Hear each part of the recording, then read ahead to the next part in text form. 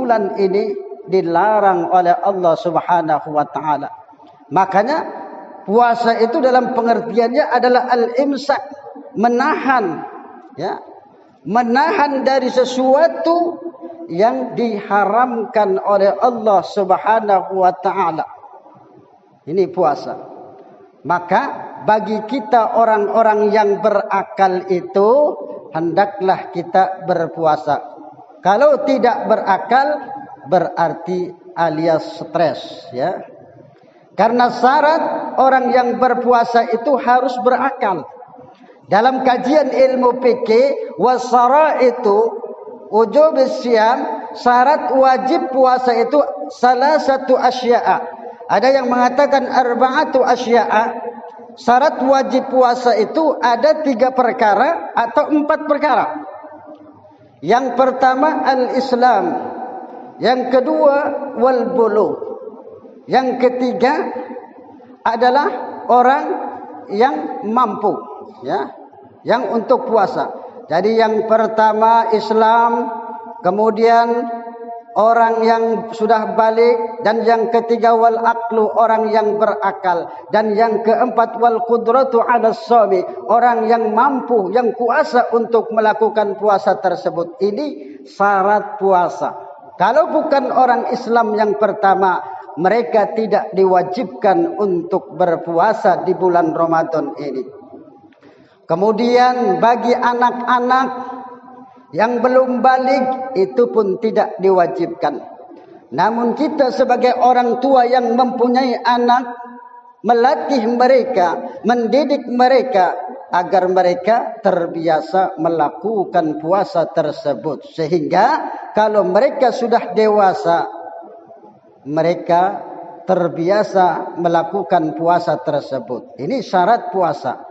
Yang pertama Islam, kemudian yang kedua adalah balik, yang sudah balik, kemudian yang ketiga wal aqlu, orang yang sudah berakal.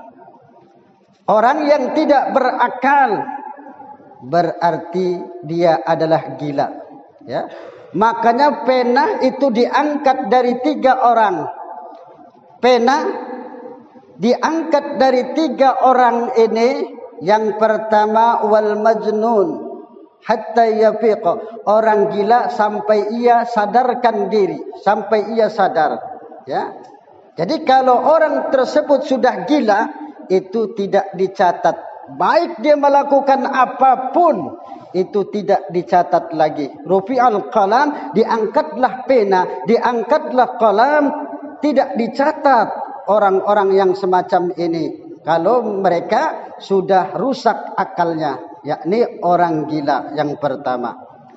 Kemudian yang kedua, orang yang belum balik. Itu belum dicatat.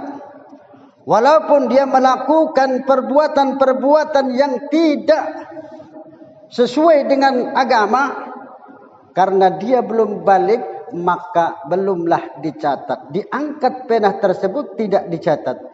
Lalu yang ketiga, orang yang tidur sampai ia bangun. Jadi kalau kita sedang tidur, melakukan ini, melakukan itu tidak dicatat, ya, kecuali memang kita sudah terbangun. Makanya 3 hal ini, 3 orang ini diangkat pena, tidak dicatat. Yang pertama orang gila, kemudian yang kedua orang yang belum balik, kemudian yang ketiga orang yang sedang tidur sampai ia bangun.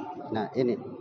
Jadi orang yang berakal diwajibkan berpuasa. Orang yang tidak berakal tidak diwajibkan untuk berpuasa. Ya. Lalu yang keempat, yakni orang yang mampu. Wal qudratu 'ala shaumi, orang yang kuasa, orang yang mampu untuk melakukan puasa, maka orang tersebut diwajibkan untuk berpuasa. Terkecuali orang-orang yang telah ditentukan, seperti orang-orang dalam perjalanan. Faman kana minkum maridun aw ala safarin fa'iddatun min ayyamin ukhar. Orang-orang yang dalam perjalanan, mereka orang-orang yang sakit, itu tidak diwajibkan berpuasa di bulan Ramadan. Tapi lihat penyakitnya, apakah penyakitnya tersebut akan sembuh? Ya, maka apabila orang tersebut sakit dan sakitnya tersebut akan diharapkan bisa sembuh, maka dia wajib mengqadha puasa yang ia tinggalkan. Orang yang dalam perjalanan berapa hari ia meninggalkan puasa di bulan Ramadan, apakah seminggu, apakah 3 hari, apakah 2 hari, maka orang seperti ini pun wajib nanti mengqadha puasa tersebut. Terkecuali orang-orang yang tidak diwajibkan puasa tersebut adalah orang-orang yang sudah tua renta, orang yang sudah jompo, yang tidak mampu lagi dia untuk melakukan puasa, orang yang sakit tidak bisa lagi diharapkan untuk kesembuhannya. Tetapi orang yang semacam ini harus membayar fidyah, memberi makan 1 orang miskin. Ya, mungkin kalau kita ada orang tua yang sudah tua, itu yang sudah tidak lagi kuat untuk puasa, maka kita sebagai anaknya memberi makan 1 orang fakir miskin.